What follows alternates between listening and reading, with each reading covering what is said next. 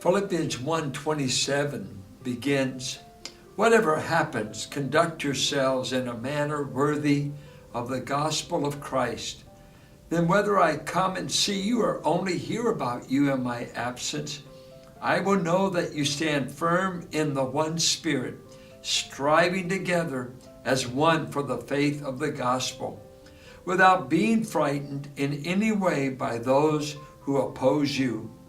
This is a sign to them that they will be destroyed, but that you will be saved, and that by God.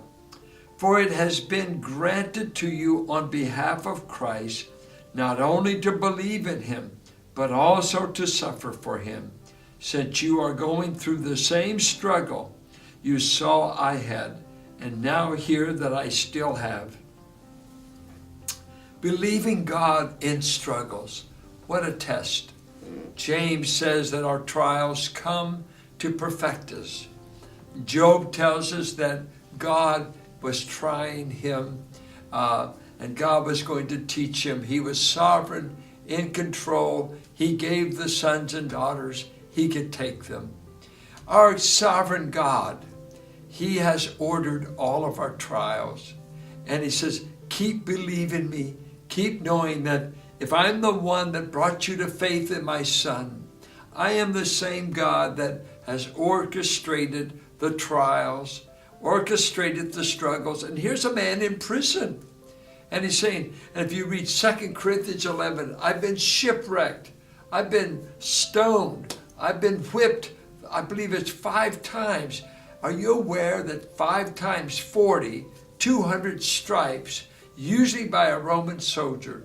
They took off 5 stripes because the law said if you went 1 stripe over 40, you were to be whipped. So they would go 39 stripes so that they wouldn't go over. But this man's back looked like someone had plowed it up. There were so many scars in the body, so much bruising. And he's saying, God who ordered my faith, ordered my struggles. Charles Haddon Spurgeon used to say, and here's a man who had gout, had serious diseases. His wife had a gynecologist operate on her, left her paralyzed with a set of twin boys. She couldn't go hear her husband preach. She had to stay home as an invalid. This man, who was ridiculed in the press, had great battles of depression. He said one time, if I had not known that the cup of suffering that I was asked to drink had not been filled by nail-scarred hands, I could have barely have borne it. But when I knew the hands that filled the cup, I could trust that God had a purpose, that God was going to get me through. And I want to say, some of the darkest hours is when the body's aching, when the news is bad, when death has visited loved ones, when reverses have taken place, when relationships have been strained, and you're in the prison, as it were, and then to say, I know this God has ordered not only my faith, but my trials and my struggles.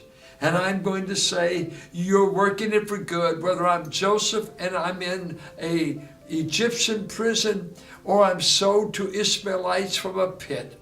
I know that God is working it all together for good. This is the message.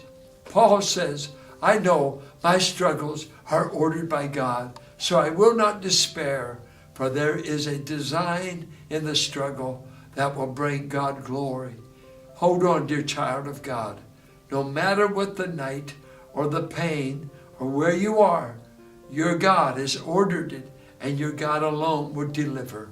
Trust him in your darkest hour.